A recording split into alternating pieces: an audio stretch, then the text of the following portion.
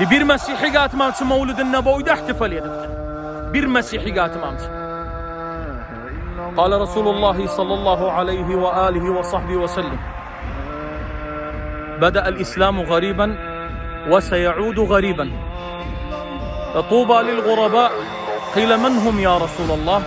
Kale İza fusidel umme sulihu. Sadaka Habibullah sallallahu aleyhi ve alihi ve sahbihi ve sellem. Peygamber sallallahu aleyhi ve sellem emreder. Deri İslam gariblikten geldi. Yani az idi fatra. Cehalet var idi, zulmattaydı. Allah azim Peygamber sallallahu aleyhi ve sellem rahmeten lil alemin gönderdi. Hatta bu alemi zulmattan nura çıkartsın. Gariblikten geldi Müslümanlık. Ve seyaudu gariben. Bir de kıyamatta alem başlar fesada gider. Sonra ahiredir Tuğba lil guraba. Deyirler ya Resulallah Tuğba nedir lil guraba? Alem içinde gariptiler. Ehli iltizam. Garip olurlar alem içinde. Diri o kimsenin de Tuğba. Tuğba cennette bir ağaçtı. O derece. Tuğba cennette bir ağaçtı. Kökü evimdedir. Kasrımda azim Peygamber sallallahu aleyhi ve sellem emredir. Dalları müminlerin evine girip dalı. Bu derece kimindir? Eğer ümmet fesada girdiyse fesada özleri sulihu. Başlarlar Allah'ın yolunda, Peygamber sallallahu aleyhi ve sellemin yolunda şeriata hizmet etmek, ümmeti Muhammed'e hizmet etmek. Bildiğiniz kimin mevzuum?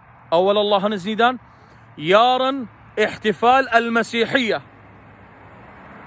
Müslüman kardeşim dinleme neyi? Bunlar değiller. Her il bu filmden varımızdı. Bunlar değiller.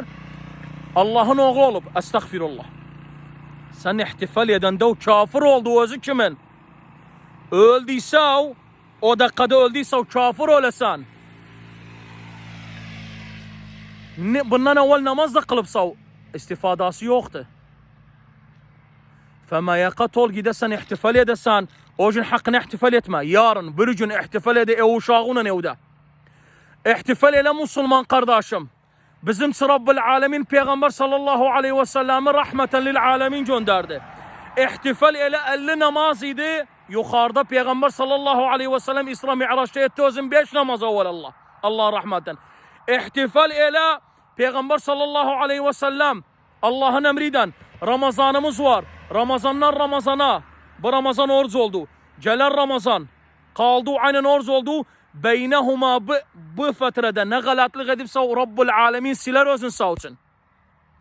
İhtifal ile sana Allah Müslüman halk edip. İhtifal ile sana La ilahe illallah Seyyidina Muhammed Resulullah ümmetinden halk edip. İhtifal ile Peygamber sallallahu aleyhi ve sellemi kaidudu peygamberler temenniyetler ümmetinden olsular. Beyni ve rahmetine ne o baba? Mesih'in biri ağzı açıp bir senedir ihane edir Müslümanlara. Sorurlar özünden, gördük işte mobillarda. Sorurlar özünden değiller. İhtifal edesen ra'si sana. Dir yok bir il ihtifal etmem li ennehu Gazze'de uşaklar ölürler zulüm altında. Ama Müslümanlar bu işten vazgeçmezler. Biz vazgeçtik. Bu ihaneye bak. Eûzu billahi mineşşeytanirracim.